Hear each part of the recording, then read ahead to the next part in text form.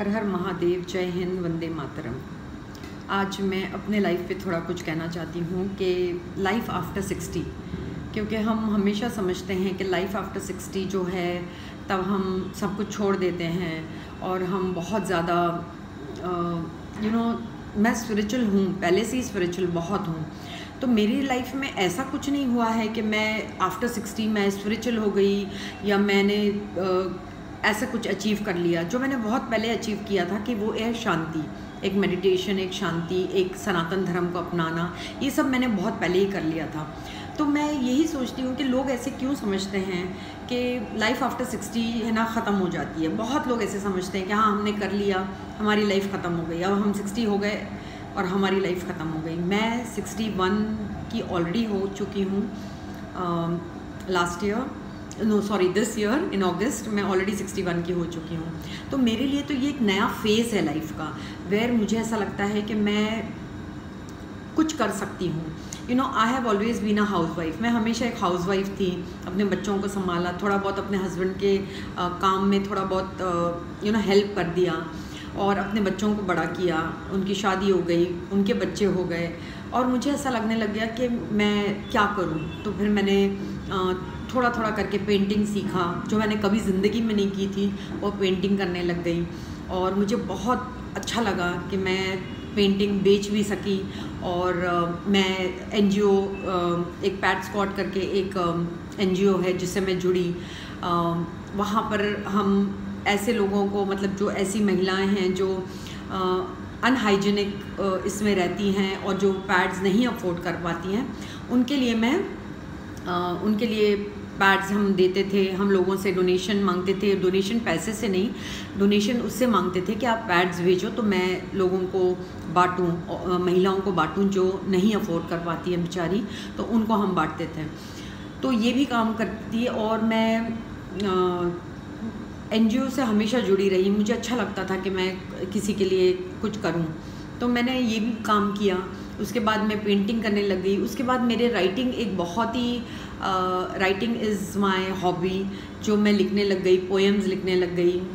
थोड़ा ऑटोबायोग्राफी भी अपना लिखा है जो मैं बाद में पूरा करूँगी, क्योंकि कहीं ना कहीं टाइम भी नहीं मिलता है और थोड़ा सब कुछ याद करने में भी थोड़ा वक्त लगता है और उसको पेन डाउन करने के लिए, उसको लिखने के लिए।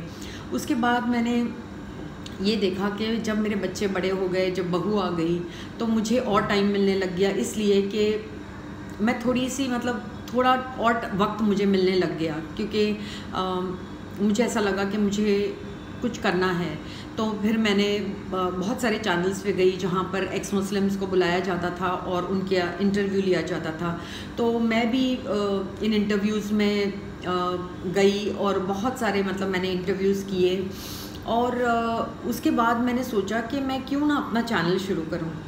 व्हाट इफ़ आई एम 61, तो क्या हो गया अगर मैं 61 इज़ 61 साल की हूँ। हाँ, 61 इज़ 61, शायद मेरी हिंदी थोड़ी इतनी अच्छी नहीं है, तो मैं 61 साल की हूँ। तो मैं क्यों ना अपना कुछ शुरू करूं और मैं देखूं कैसा रिस्पांस है। तो मुझे बहुत अच्छा रिस्पांस मिला, आप सब मिले, आप मेरे फैमिली की तरह हो, आप लोग मुझे इतने अच्छे अच्छे कमेंट्स देते हो और मुझे इतना अच्छा लगता है जब आप मुझे दीदी या माँ ऐसे संबोधित करते हो, तो मुझे बहुत अच्छा लगने लग गया।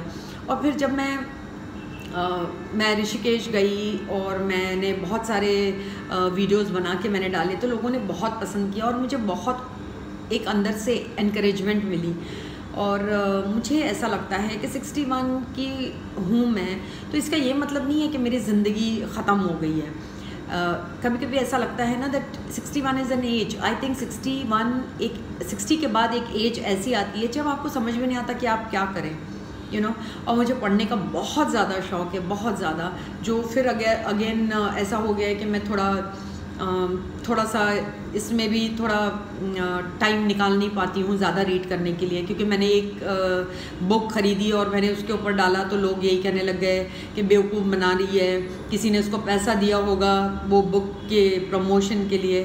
प्लीज़ कभी कभी है ना, किसी को बेनिफिट ऑफ डाउट देना चाहिए, क्योंकि मुझे कोई पैसा नहीं मिला था। मैं इतनी एक्साइटेड थी कि मैंने एक बुक ली है और अब मैं ये पढ़ने वाली हूँ और इसका रिव्यू बाद में देने वाली हूँ। अगर मुझे सही में अगर मुझे पैसे मिले होते थे ना तो मैं ये कह देती थी कि भाई मैंने पढ़ ली है किताब, बहुत अच्छी है, आप ख़रीदो।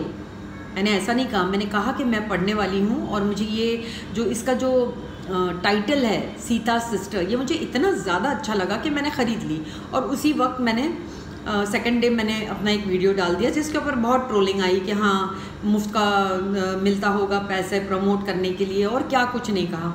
चलो ठीक है, जो कहते हैं वो कहते हैं, लेकिन मैं सोचती हूँ कि एट दिस एज मेरे पास टाइम है to do yoga, to do meditation, और मैं हर जगह जा सकती हूँ जहाँ भी मेरा दिल करता है कि जैसे मैं ऋषिकेश गई, 4 धाम का मैंने पूरा यात्रा किया और मुझे बहुत बहुत अच्छा लगा। अब मैं सोचती हूँ कि मैं दूसरे काशी और बनारस ये सब जगह देखूँ, वृंदावन देखूँ। मतलब मुझे ये नहीं कि मुझे यही सिर्फ जगह देखनी है, दूसरी भी जगह देखनी है, लेकिन ये मेरे विश लिस्ट पर है, अभी फ़िलहाल है। तो यही है कि आफ्टर 60 आप ये मत सोचिए कि हमारी ज़िंदगी ख़त्म हो गई है और हम अभी क्या करेंगे, और हम बोर हो रहे हैं और हमें समझ में नहीं आ रहा है कि हम क्या करें।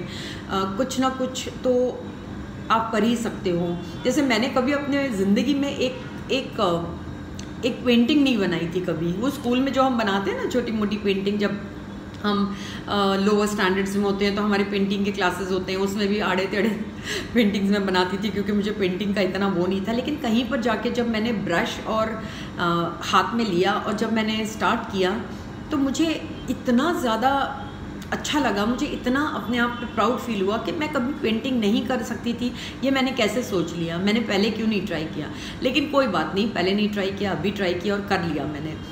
तो यही बात होती है कि 61 में मुझे बहुत सारे एवेन्यूज़, मतलब बहुत सारे मेरे लिए बोलते हैं ना रास्ते खुल गए, बहुत ज़्यादा। मैं और ज़्यादा स्पिरिचुअल हो तो गई हूँ, बहुत ज़्यादा हो गई हूँ, लेकिन कहीं पर जाके मुझे और भी चीज़ों में इंटरेस्ट आने लग गया। जैसे रीडिंग तो पहले से ही था, बचपन से रीडिंग का बहुत शौक़ है। लेकिन जैसे लिखती थी मैं पहले, लेकिन अब पोएम्स लिखना या कोई स्टोरी लिखना, शॉर्ट स्टोरी, या फिर कभी मैं मुझे ऐसा अच्छा लगता है कि मैं यूट्यूब पर कुछ डालूं। बहुत मुझे प्रोत्साहन मिलता है आप लोगों से और मुझे बहुत अच्छा फ़ील होता है।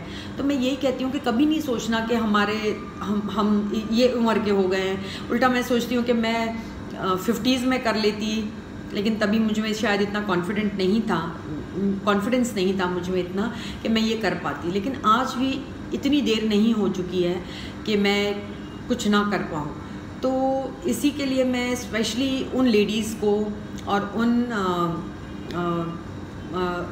महिलाओं को और पुरुषों को कहती हूँ कि कुछ ना कुछ करना चाहिए, चाहे कुछ भी हो। अपना टाइम कहीं ना कहीं अच्छा गुजारना चाहिए, चाहे आप म्यूज़िक सुनिए या आप भजन सुनिए या आप कुछ लिखें, कुछ पढ़ें, कुछ करिए।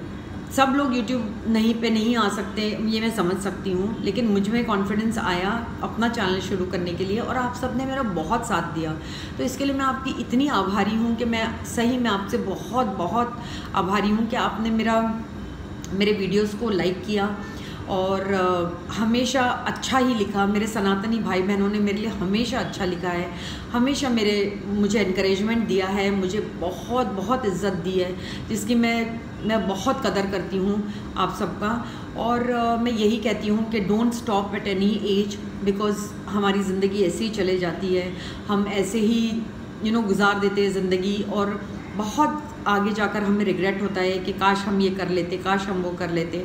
तो आज मैं रिग्रेट नहीं कर रही हूँ कि जितनी ज़िंदगी मेरी रह गई है उसमें मैं कुछ ना कुछ करूँ, पेंटिंग्स बनाऊँ, लिखूँ, अपनी ऑटोबायोग्राफी लिखूँ, अपने पेंटिंग्स बनाऊँ, उनको बेचूँ और थोड़ा उसी पैसे से थोड़ा मैं पैड्स वगैरह ख़रीद के गरीब लोगों में बांटूँ, गरीब महिलाओं में बांटूँ, कुछ तो करूँ।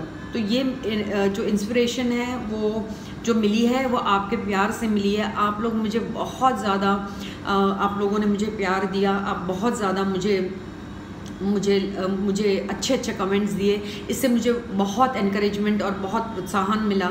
तो आप सबका बहुत बहुत बहुत आभार। मैं स्पेशली ये वीडियो आपके लिए बनाया है कि आपका बहुत आभार कि इस उम्र में जाके भी आपने मेरे इंटरव्यूज़ देखे, मैंने जो भी लिखा, जो भी कहा और जो भी इंटरव्यूज़ किए आपने उसको लाइक किया, देखा। तो आपका बहुत बहुत आभार। और लाइक, शेयर और सब्सक्राइब कीजिए। और एक बात याद रखिए कि कभी भी कहीं पर भी रुको मत, क्योंकि यू नेवर नो कि आप में क्या टैलेंट है। सही में मुझे कभी कभी फील होता है कि अभी मैंने कथक नहीं सीखा है ना, चलो मैं थोड़े कथक ही सीख लूँ, क्योंकि ये मेरा एक ड्रीम था कथक सीखना, जो मुझे नहीं मिला because of a conservative family थी। तो कभी मुझे नाचने का परमिशन नहीं मिला था और सीखने का भी नहीं मिला था कि ये हमारे यहाँ नहीं होता है। तो लेकिन मुझे बहुत अच्छा लगता है कि मैं अभी थोड़ा सा सीख लूँ। तो बस ऐसे ही मुझे आप लोग एनकरेज करते रहिए। जो भी कमेंट्स में आपको लिखना है आप लिखिए, मुझे बहुत अच्छा लगता है पढ़ के। थैंक यू सो मच, आपका बहुत बहुत शुक्रिया। हर हर महादेव, जय हिंद, वंदे मातरम।